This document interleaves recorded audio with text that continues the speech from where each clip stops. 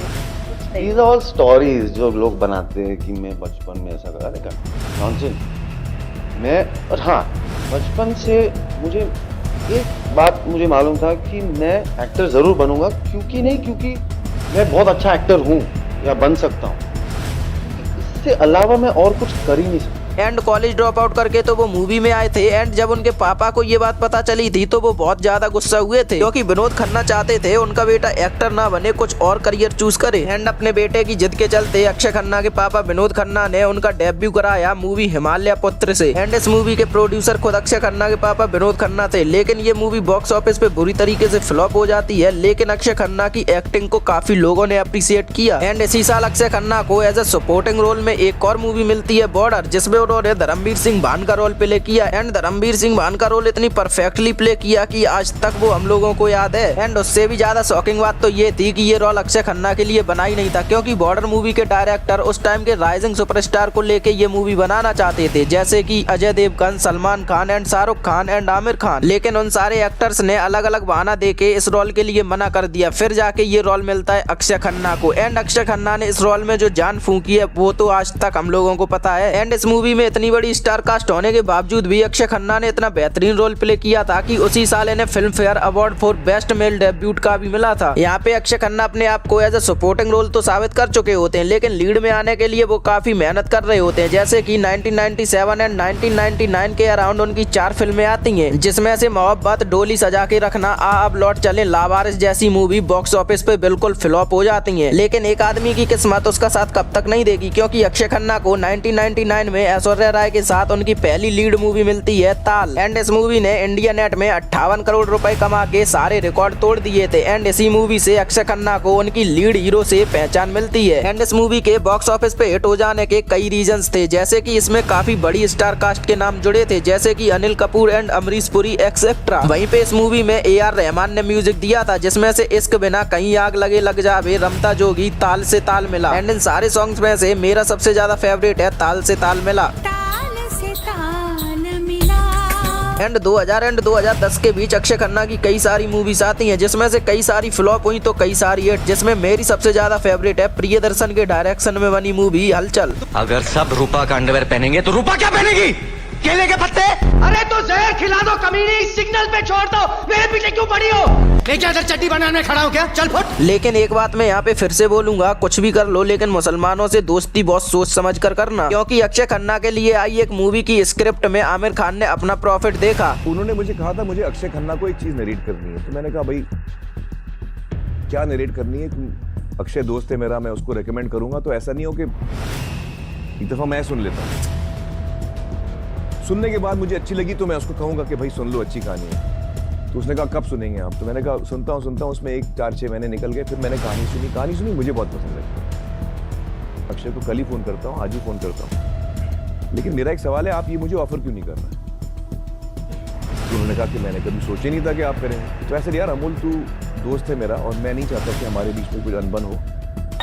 तू कहानी अच्छी लिख सकता है, ये तो मैंने देख ली है, तू डायरेक्ट कर पाएगा कि नहीं मुझे नहीं पता। एंड ये मूवी और कोई सी नहीं बल्कि तारे जमीन पर थी। इसीलिए मैं कहता हूँ जिंदगी में कुछ भी कर लेना, लेकिन किसी पर भरोसा बहुत ही सोच समझ कर करना। एंड इन्हीं सब के चलते अक्षय खन्ना को कभी कोई अच्छी स्क्रिप्ट मिली नहीं पाई, अगर मिली तो वो मूवी फ्लॉप हो गई, जिसमें से पहली आती है 30 मार खान, जिसे आजकल के लोग कल्ट क्लासिक सिनेमा बोल के प्रमोट कर रहे हैं। लेकिन आज अचानक 2025 में ऐसा क्या हुआ कि जेन जी लोगों ने ऑस्कर लाने वाला सुपरस्टार बताने लगे।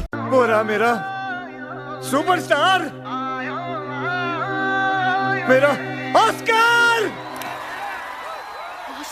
जिसमें मेरे हिसाब से सबसे बड़ा फैक्टर है उनकी एक्टिंग। उन्हें किसी भी रोल में डाल दो वो एकदम परफेक्टली कर लेते हैं, फिर चाहे वो छावा मूवी में औरंगजेब का किरदार प्ले करना हो या फिर धुरंधर मूवी में रहमान डकैत का। लेकिन आज से भी 5-6 साल पहले अक्षय खन्ना की 2019 में सेक्शन 375 करके एक मूवी आई थी, भाई प्योर सिनेमा है, एक बार मेरे सजेशन से जरूर देख लेना। एंड उनकी आने वाली मूवी इंडिया नेट में तो तबाही मचाएंगी, साथ में आजकल के जैन जी लोगों में उनका फैन बेस और भी बढ़ाने का पावर रखती है, जिसमें से सबसे पहले आएगी इंडिया की मोस्ट सक्सेसफुल सीरीज दृश्यम का another sequel Drishyam part 3। And ये तो हम सभी को पता है, दृश्यम 3 में एक बार फिर से हमें अजय देवगन एंड अक्षय खन्ना का फेस ऑफ देखने को मिलेगा। वहीं पे उसके बाद आएगी 2019 में आई अक्षय खन्ना की एक मूवी सेक्शन 375 का सीक्वल सेक्शन 384। इसमें हमें अक्षय खन्ना के साथ साथ अमिताभ बच्चन एंड अभिषेक बनर्जी का भी एक बेहतर रोल देखने को मिलेगा। एंड इस लिस्ट में मेरी सबसे ज्यादा फेवरेट है अक्षय खन्ना की PVCU के साथ आने वाली मूवी माँ काली, जिसमें वो असुर गुरु शुक्राचार्य के रोल में हमें नजर आएंगे। एंड आप इन सब मूवीज में से अक्षय खन्ना की किस मूवी के लिए ज्यादा एक्साइटेड है? Let's do comment.